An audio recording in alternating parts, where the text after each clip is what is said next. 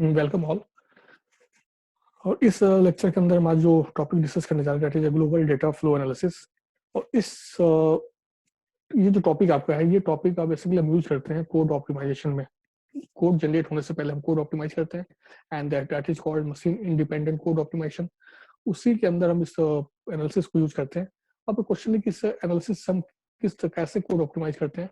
तो global data flow analysis में अगर मैं ग्लोबल वर्ड हटा दूं तो सिंपल बचता है data flow analysis. That means आपके प्रोग्राम के अंदर जो कोड है उसके अंदर डेटा कैसे फ्लो कर रहा है, हम इस डेटा के फ्लो पे एनालाइज कर रहे हैं और डेटा के फ्लो पे हम एनालिसिस कर रहे हैं।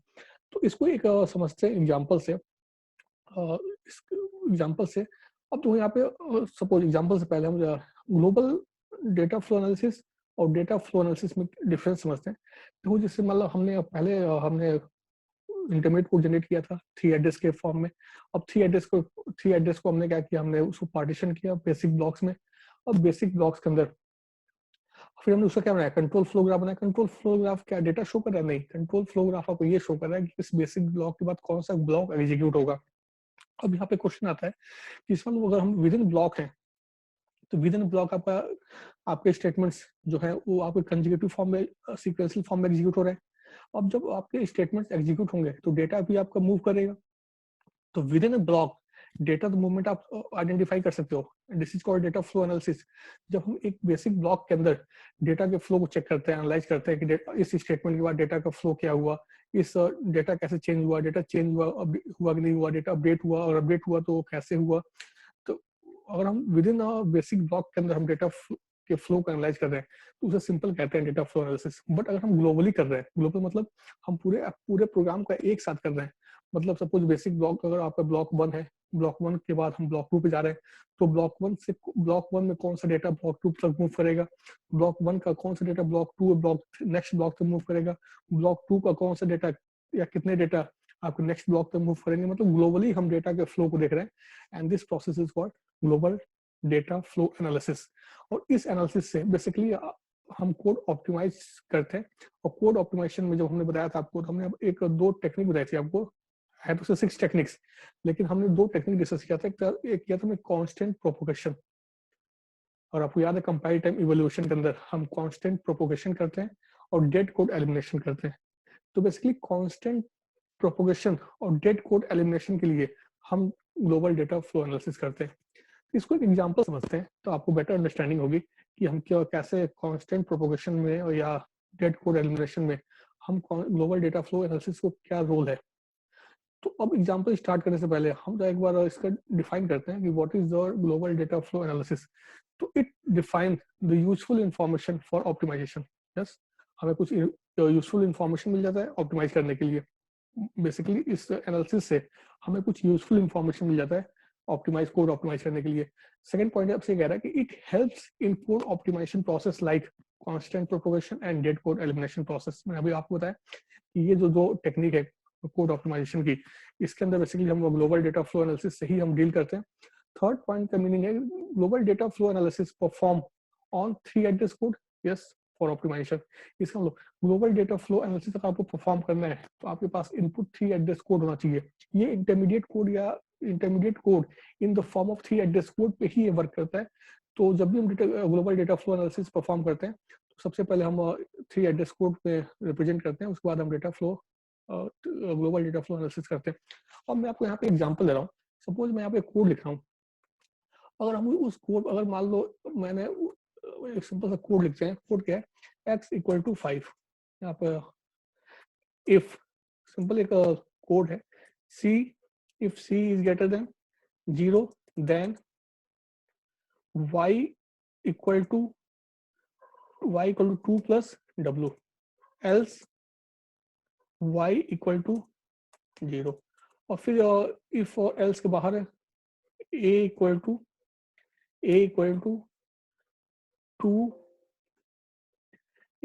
2 इंटू एक्स। सपोज यहाँ पे कुछ ऐसा कोड लिखा हुआ है। अब मुझे इसमें ग्लोबल डेटा फ्लो एनालिसिस करना है, तो ये 3 एड्रेस कोड नहीं है, ये एक सिंपल सा कोड है, ये सूडो कोड है। तो सबसे पहले हम इसका 3 एड्रेस कोड जनरेट करते हैं। तो अगर 3 एड्रेस कोड आप जनरेट करोगे तो उसका हम बेसिक ब्लॉक बनाएंगे। तो अगर आपको ये सब टॉपिक्स हम पहले कर चुके हैं, तो अगर आपको प्रॉब्लम हो रही है 3 एड्रेस को जनरेट करने में या बेसिक ब्लॉक में, तो आप पहले प्रीवियस लेक्चर देख लो जहाँ मैं 3 एड्रेस कोड को जनरेट किया था और बेसिक ब्लॉक पे से आइडेंटिफाई करते हैं। मैं डायरेक्ट यहाँ पे बेसिक ब्लॉक क्रिएट कर रहा हूँ और बेसिक ब्लॉक में अगर आप देखो तो सबसे जो पहला ब्लॉक होगा, अगर मैं ब्लॉक की बात करूँ, सबसे जो पहला ब्लॉक होगा दिस इज इस ब्लॉक के अंदर यहाँ 2 स्टेटमेंट हो गए। जो फर्स्ट स्टेटमेंट जो कंटेन करेगा, इस फर्स्ट स्टेटमेंट के अंदर एक्स इक्वल टू 5 होगा और if C is greater than 0। पर आपको याद हो बेसिक ब्लॉक, तो हम यहाँ पे कुछ बेसिक ब्लॉक बनेगा। आप इसको एक बार 3 एड्रेस कोड लिखो और फिर आप बेसिक ब्लॉक में कन्वर्ट करो, तो आपके सामने यही ब्लॉक्स मिलेंगे। अब अगर इस ब्लॉक्स में हमें यहाँ सेकंड ब्लॉक मिलेगा, दिस इज सेकंड ब्लॉक, और इस ब्लॉक के अंदर एक ही लाइन होगी आपकी, ये सिंगल लाइन, और इस सिंगल लाइन के अंदर एक सिंटेक्स होगा। जब आपको तो जब आपको ये कंडीशन ट्रू होती है तो यहाँ क्या होगा, y equal to 2 plus w, ये हो गया ट्रू कंडीशन पे। अब फॉल्स होगी तो हम इधर मूव करेंगे, तो फॉल्स केस में हम यहाँ मूव कर गए and this is again y equal to 0। इसका मतलब यहाँ पे क्या है, y इक्वल टू 0, तो this is y equal to 0। अब इसके बाद जब इफ और एल्स हम बाहर आएंगे तो हम यहाँ पे जो कॉमन जो ब्लॉक है इफ एल्स से बाहर आएंगे तो यहाँ पे ऐसे बनेगा and this is a equal to 2 into x, a equal to 2 into x. तो अगर मैं इसके कंट्रोल फ्लो ग्राफ और मैं ड्रॉ करूँ कंट्रोल फ्लो ग्राफ, तो कुछ ऐसे ड्रॉ होगा। ये है दिस इज एस, अगर ये आपका this is block B1, this is B1, this is B2, ये बेसिक ब्लॉक है। आप 3 एड्रेस कोड लिखो, देन बेसिक ब्लॉक आप आइडेंटिफाई करना। बेसिक ब्लॉक कभी भी कोड देख के नहीं लिखते, अदरवाइज वहाँ पे मिस्टेक होने के चांसेस ज़्यादा होते हैं। तो this is a basic block B1, B2, B3 and B4। अब तो जब आपका ये B1 अगर ये ट्रू होता है एस, अब कभी भी एस नो नहीं लिखते, ये नो कंडीशन में अगर ये फॉल्स होता है तो यहाँ जाएंगे और जब दोनों एग्जीक्यूट होने के बाद एक कॉमन लाइन जाएंगे a equal to 2 into x. अब देखो यहाँ पे अगर x की वैल्यू 5 है, अगर x की वैल्यू अगर x की वैल्यू 5 है, कांस्टेंट है, तो अब आपको पता है कांस्टेंट प्रोपोगेशन क्या है। कांस्टेंट प्रोपोगेशन ये कहता है कि अगर x की वैल्यू चेंज नहीं हो रही है तो पूरे प्रोग्राम के अंदर जहां जहां x है उसको कंपाइल टाइम पे उसको हम रिप्लेस करते हैं। इसका मतलब अब देखो यहाँ पे जब हम कंपाइल टाइम पे रिप्लेस करेंगे तो अब इस पाथ से भी आपकी x वैल्यू क्या मिलेगी, x equal to 5, x equal to 5। तो क्या करेंगे, अब यहाँ अब x इक्वल अब एक पाथ और आपको x इक्वल टू 5, तो this is x equal to 5। दोनों पाथ से x वैल्यू 5 मिल रही है, इसका मतलब 5 की x वैल्यू यहाँ बीच में अपडेट हुई नहीं है, तो हम इस x को 5 से रिप्लेस कर देंगे। This is a constant propagation. यही मेथड था कि कांस्टेंट प्रोपोगेशन क्या है, कांस्टेंट की वैल्यू पूरे प्रोग्राम में फ्लो हो जाती है, प्रोपोगेट कर देते हैं कंपाइल टाइम पे, ताकि रन टाइम पे उस पर वो इवोल्यूशन फास्ट हो जाए, एग्जीक्यूशन फास्ट हो। लेकिन मान लो अगर हम यहाँ पे अगर इस ब्लॉक के अंदर अगर हम x equal to x plus 1 कर दें, x equal to x plus 1, तो क्या ये कांस्टेंट प्रोपोगेशन होगा? नहीं, क्योंकि यहाँ x की वैल्यू अपडेट हो चुकी है, अब 5 नहीं है और यहाँ से 5 आ रही है इस पाथ से। This is path 2 and this is path 1, there are two path 1 and part 2। अब यहाँ से x वैल्यू कुछ और आ रही है, यहाँ से कुछ और आ रही है। उस केस में हम कांस्टेंट प्रोपोगेशन ऐसे अप्लाई नहीं कर सकते। फिलहाल ये यहाँ पर सिंपल कोड था तो आप देख के समझ गए कांस्टेंट प्रोपोगेशन अप्लाई होगा नहीं होगा। बट मान लो कॉम्प्लेक्स सिनेरियो है, वहाँ पे ऐसे जज नहीं कर सकते, this is a manual process. तो वहाँ पे हम क्या करते हैं, ग्लोबल डेटा फ्लो एनालिसिस करते हैं। इसका मतलब अब हमें ग्लोबली देखना पड़ेगा कि इस x की वैल्यू ग्लोबली कैसे मूव कर रही है, फ्लो कैसे कर रही है। अगर ये x की वैल्यू अपडेट नहीं हो रही है टिल दिस पॉइंट, तो इसका मतलब हम कांस्टेंट प्रोपोगेशन अप्लाई करेंगे। और x की वैल्यू अपडेट हो रही है बीच में कहीं भी किसी पाथ में, तो हम कांस्टेंट प्रोपोगेशन अप्लाई नहीं करेंगे। तो इसी कांस्टेंट प्रोपोगेशन के प्रोसेस को एक जनरलाइज वे में फॉलो करने के लिए हम यहाँ पे एक एनालिसिस करते हैं and this is called global data flow analysis. I think ये आपको क्लियर हो गया होगा कि ग्लोबल डेटा फ्लो एनालिसिस हम क्यों क्यों करने जा रहे हैं। ग्लोबल डेटा फ्लो एनालिसिस करने जा रहे हैं कि मान लो कांस्टेंट प्रोपोगेशन या code dead code elimination, dead code को आइडेंटिफाई करना है। तो कांस्टेंट प्रोपोगेशन में मान लो एक ब्लॉक से दूसरे ब्लॉक तक किसी कांस्टेंट को प्रोपोगेट करना है और उसके मल्टीपल पाथ्स हैं, तो सारे पाथ से क्या वो कांस्टेंट अपने सेम वैल्यू फ्लो कर रहा है। अगर वैल्यू कहीं अपडेट हुई किसी पाथ में तो कांस्टेंट प्रोपोगेशन अप्लाई नहीं कर सकते हम। जैसे मान लो यहाँ पे हमने कहा कि अगर x की वैल्यू यहाँ +1 इंक्रीमेंट हो रही है तो यहाँ से x की कोई डिफरेंट वैल्यू आएगी और यहाँ x की वैल्यू 5 आ रही है, इसका मतलब this is not the constant propagation scenario. इसका मतलब ये हमने कैसे जज किया, हमने जज किया पाथ को आइडेंटिफाई करके कि इस पाथ से क्या वैल्यू है, इस पाथ से क्या वैल्यू है, इसका मतलब। बट यहाँ तो कोड आपका सिंपल था, दिस इज सिंपल कोड, तो हमने यहाँ पे मैनुअल प्रोसेस आइडेंटिफाई किया। मान लो यहाँ पे कोड अगर 10,000 लाइन्स ऑफ कोड है, 10,000 लाइन्स ऑफ कोड, तो 10,000 लाइन ऑफ कोड में ये इम्पॉसिबल है इस तरह का मेथड से हम ये आइडेंटिफाई करें। तो हम एक जनरलाइज मेथड करते हैं and this method is called global data flow analysis. अब इस ग्लोबल डेटा फ्लो एनालिसिस को समझते हैं, ये बहुत इंपॉर्टेंट टॉपिक है। ये एग्जाम में हर बार पूछा गया है और कंपाइलर डिजाइनिंग के अंदर ग्लोबल डेटा फ्लो एनालिसिस बहुत एक मेन टॉपिक है, आप कह सकते हो। इसको समझते हैं एक बार कि ग्लोबल डेटा फ्लो एनालिसिस में हम इसको कैसे कैसे डील करेंगे। तो हम इसको, तो this is global data flow analysis का मैं 3rd पेज ओपन कर रहा हूँ। अब देखो यहाँ पे जब हम इस ध्यान से समझना है क्योंकि हम बहुत इंपॉर्टेंट चीज बताने जा रहे हैं और अगर आप इसको समझ जाओगे तो क्वेश्चन आप बहुत इजीली अटेम्प्ट कर सकते हो। थोड़ा सा डिफरेंट है बाकी टॉपिक से। अब तो ग्लोबल डेटा फ्लो एनालिसिस जब भी हम डील करते हैं तो कुछ हम टेक्नोलॉजीज हम बार बार यूज करेंगे, पहले उनको समझते हैं कि इन टर्म्स, इन वर्ड्स का मतलब क्या है। जैसे हम कहते हैं जेन, किल, इन, आउट, डेफिनेशन, पाथ, पॉइंट, इनका मतलब क्या है पहले आप ये समझाते हैं। तो डेफिनेशन क्या होता है, तो ग्लोबल डेटा फ्लो एनालिसिस के अंदर डेफिनेशन किसको कहते हैं, तो डेफिनेशन हम उसको कहेंगे। जैसे मान लो अगर मैं आपके सामने एक ब्लॉक लिखा हुआ है, this is a basic block, हम बेसिक ब्लॉक को डील करते हैं अभी। तो मान लो यहाँ बेसिक ब्लॉक एक बना हुआ है और इस बेसिक ब्लॉक के अंदर कुछ इस बेसिक ब्लॉक के अंदर कुछ स्टेटमेंट्स हैं। तो हम यहाँ स्टेटमेंट लिख रहे हैं। तो सबसे जो पहला स्टेटमेंट है वो है मान लो यहाँ पे a इक्वल टू 10 और दूसरा स्टेटमेंट है i इक्वल टू i+1 और तीसरा स्टेटमेंट है j equal to j into j+a something. अब जितने स्टेटमेंट्स होते हैं ये खुद में एक डेफिनेशन होते हैं। This is one definition, this is second, third definition. इसका मतलब हर स्टेटमेंट खुद में एक डेफिनेशन है। तो हम इसको कहते हैं डेफिनेशन 1 और इसको कहते हैं डेफिनेशन 2 और इसको कहते हैं डेफिनेशन 3। इसका मतलब अगर आपसे कोई ये पूछे कि व्हाट इज डेफिनेशन, तो डेफिनेशन मतलब होता है एक instruction, single statements of any block is called definition. तो अगर मैं आपसे कहूँ कि इस ब्लॉक के अंदर कितने डेफिनेशंस हैं, तो आपको इस ब्लॉक के अंदर 3 डेफिनेशन है, D1, D2, D3। D1 definition a equal to 10 को डील कर रहा है, D2 definition i equal to i+1 को डील कर रहा है और D3 definition j equal to j+1 को डील कर रहा है। तो डेफिनेशन क्या होते हैं, डेफिनेशंस होते हैं जो आपके ईच इंस्ट्रक्शंस या statements in a any block is called definition. तो this is the first terminology मैंने आपको बताया कि व्हाट इज डेफिनेशन।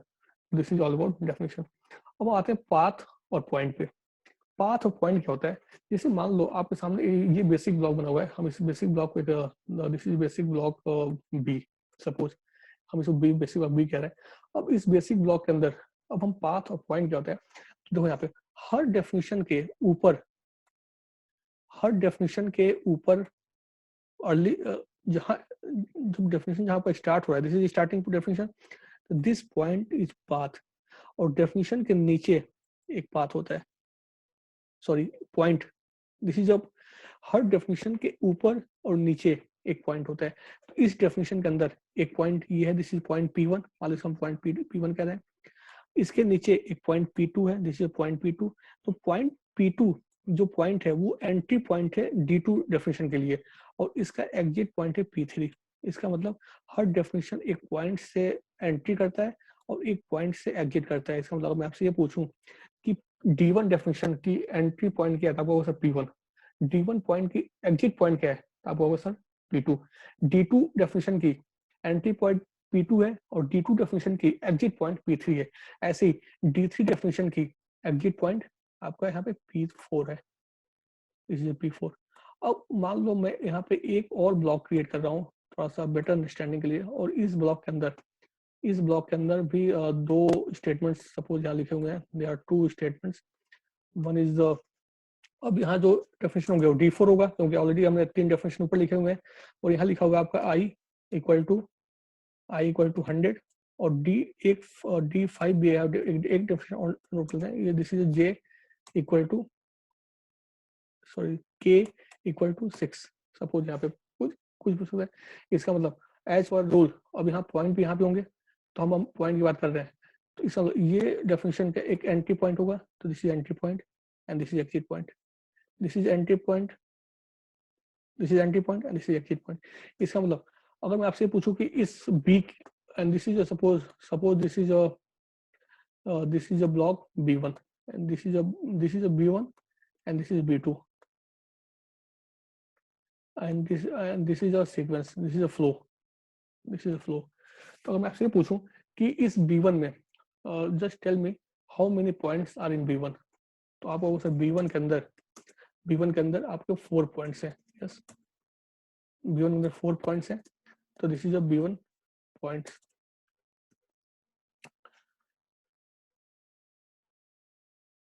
तो ठीक है, तो यहाँ B1 में 4 पॉइंट्स हैं, क्लियर है, P1 P2 P3 P4। और आपसे पूछा B2 में कितने पॉइंट्स हैं, तो आपको सर B2 में आपके जो पॉइंट्स हैं वो हैं आपके 3 पॉइंट्स हैं, P5 suppose P5 and P6 and P7, ठीक है, P6 एंड P7। अब तो ये तो हो गया पॉइंट। पाथ क्या होता है, जैसे मान लो मैं आपसे कहूँ कि सपोज एक क्वेश्चन है, क्वेश्चन क्या है कि मैं आपसे कह रहा हूँ कि P2 पॉइंट्स और P5 पॉइंट के बीच में, P2 पॉइंट और P5 पॉइंट के बीच में कितने आपके डेफिनेशंस हैं। इसका मतलब P2 से लेके P5 पॉइंट, इसका मतलब P2 से लेके आपका ये डेफिनेशन होगा D2 D3, दो ही डेफिनेशन है। इसका मतलब D2 एंड D3 एक पाथ में लाई कर रहे हैं, जो पाथ क्रिएट हो रहा है P2 से P5 के बीच में। तो हम इसका मतलब पाथ को बनाने के लिए हमें पॉइंट चाहिए, तो जब भी हम पाथ की बात करते हैं तो हम कहते हैं इस पॉइंट से उस पॉइंट के बीच में। तो पाथ पे बेसिकली आपके डेफिनेशंस होते हैं, मतलब मैंने आपसे कहा P1 से लेके P7 तक जो पाथ है उस पर कितने डेफिनेशन है, तो आपको sir D1 D2 D3 D4 D5। मैंने आपसे कहा P1 से लेके P6 तक जो पाथ है उसमें कितने डेफिनेशन है। तो पॉइंट से हम पाथ को बनाते हैं। पाथ क्या होता है, एक सीक्वेंस ऑफ पॉइंट्स, और उसके बीच में जो डेफिनेशन लाई करते हैं वो उस पाथ पे डेफिनेशन होते हैं। तो डेफिनेशन क्लियर हो गया, पॉइंट क्लियर हो गया, पाथ क्लियर हो गया।